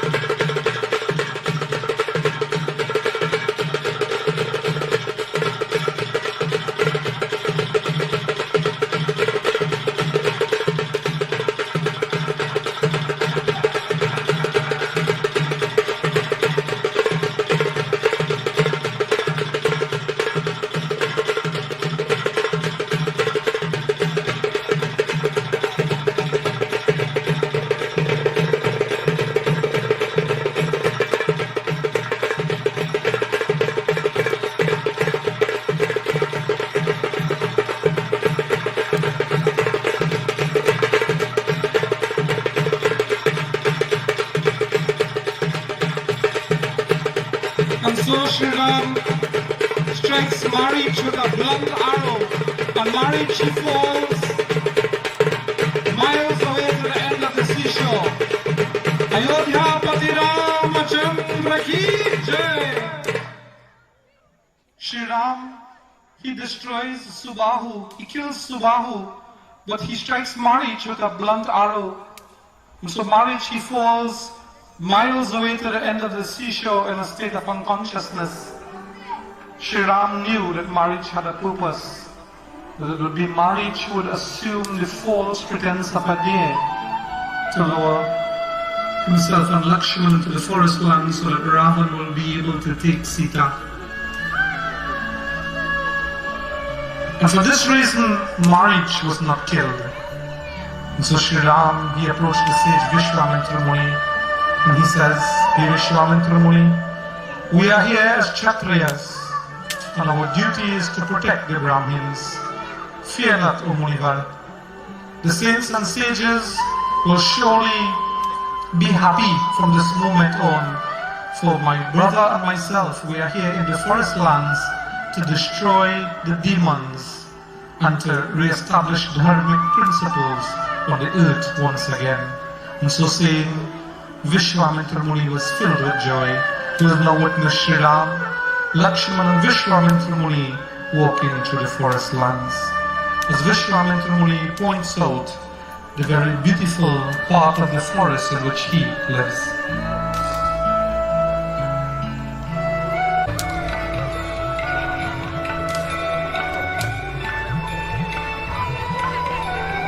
And so while strolling through the forest lands, Sri Ram and Lakshman and the great sage Vishwamitra Muni, they will come upon a very beautiful ashram.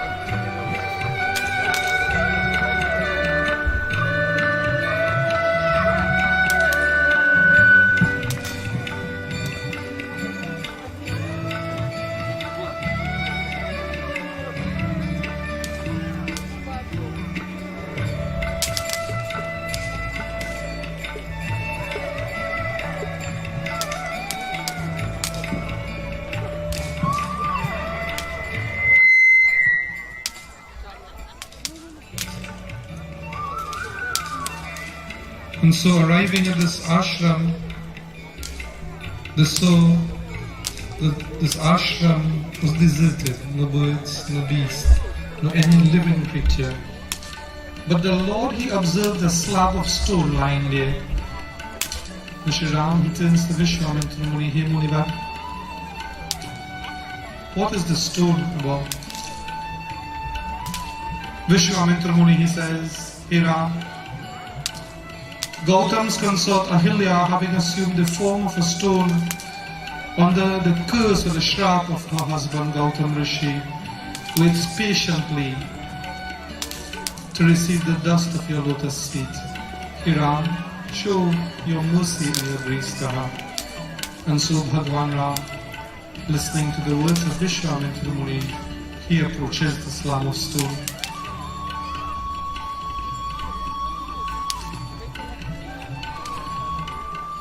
And allowing the dust of his feet to touch the stone. Ayodhya Mata was once transformed into a human being again.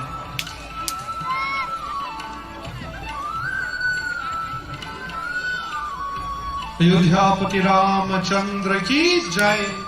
And so Ayodhya Mata bows most reverently to the feet of Bhagwan Ram. And thanking Bhagwan Ram again and again, receiving his blessings, she ascended to the heavenly realm.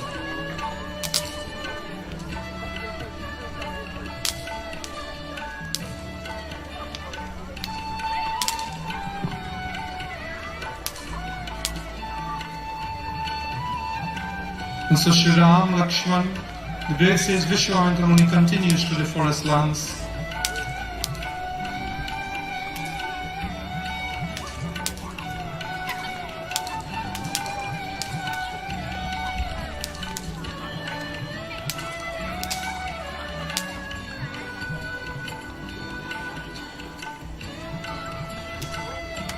And so during the arrival of the river Ganga,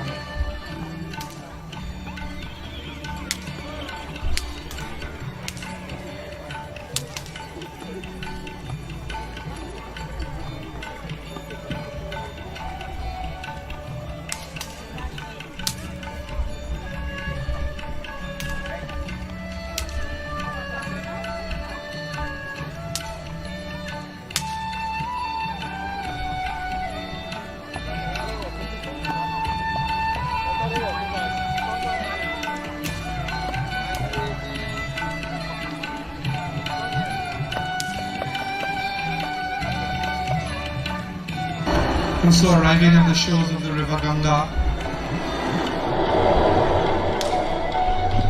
Sri Ram asked about the magnificent river, and the great sage Vishwamitra Muni explained the coming of Ganga to him. As to how Ganga Mata came from the washings of the feet of Bhagwan Vishnu, rested upon the jata of Bhagwan Shiva, and then upon this age. And so Ganga is indeed a blessing for us all. Saints, sages here, we all come here to receive the darshan. So indeed it came from the washings of the Lord's feet. And so Sri Ram, Lakshman and Vishwamitra Muni spent the night into the forest lands as they rested. Ayodhyapati Ramachandra Bhagavan ki Jai, Shri Vrindavan Bihari Lal ki, Bajrang Bali Pavana Sutta Hanuman ki Jai. We witnessed Bhagavan Ram along with Lakshman and sage Vishwamitra Muni walking through the forest lands as they head nearer to the city of Janakpur.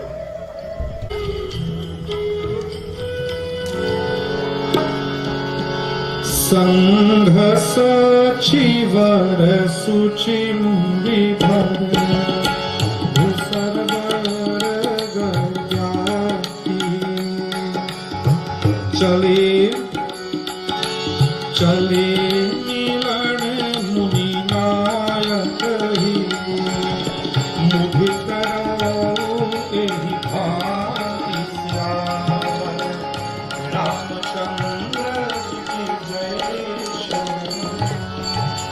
Ayodhyapati Ramachandra Bhagavan ki Jai. So Bhagavan Ram, Lakshman and the great sage Vishwamitra Muni continued walking through the forest lands as we would have witnessed yesterday, where Bhagavan Ram would have given his darshan, his blessings to Ahilya, who was transformed back into her original state by the touching of his feet. We would have witnessed where the history of Ganga and how Ganga Mata came into existence as narrated by Vishwamitra Muni to Bhagavan Ram. We would have also witnessed Vishwamitra Muni teaching Sri Ram and Lakshman the art of weapons, and so bestowing upon them the weapons from the gods. And so the two Kshatriya princes, as they journeyed through the forest lands, they neared the capital city of Janakpur. And so approaching Janakpuri, Raja Janak had gotten news that Vishwamitra Muni was entering his kingdom. And so for our first scene we witness Raja Janak meeting with the great sage Vishwamitra Muni. Raja Janak, hearing that they would have come to his city, would approach them and so welcome them into his city.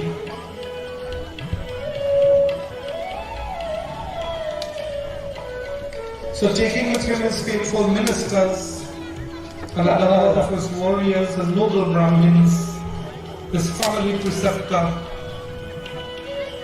and the chief of his people, he joyfully went to meet Sri Ram and Lakshman along with Vishwamitra Muni.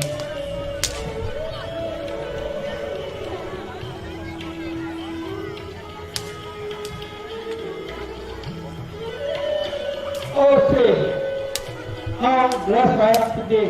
I welcome you, Rana. Good job, Lord. It's an honor to have you come to visit our kingdom. I don't know what we have done or what blessing that I have done to have you visit our kingdom. Please come. This way.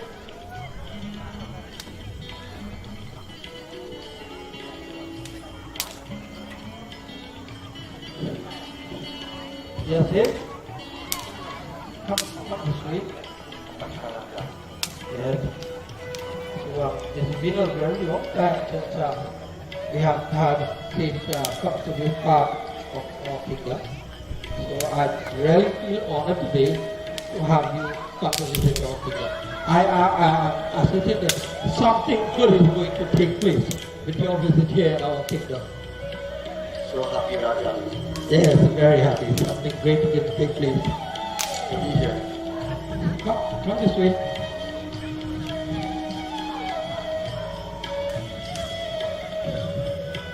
So you have journeyed very far. I know that you will need some reference on. So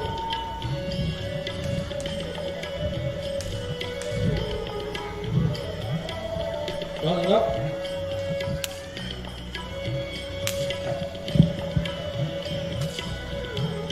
So Maharaj Janak, he welcomed Sri Ram, Lakshman, the great sage Vishwamitra Muni, into his kingdom with true love and true devotion.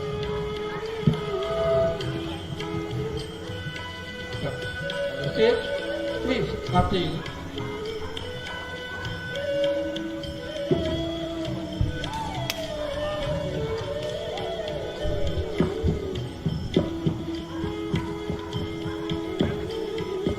Come in stage, come this way. Please be seated. Welcome.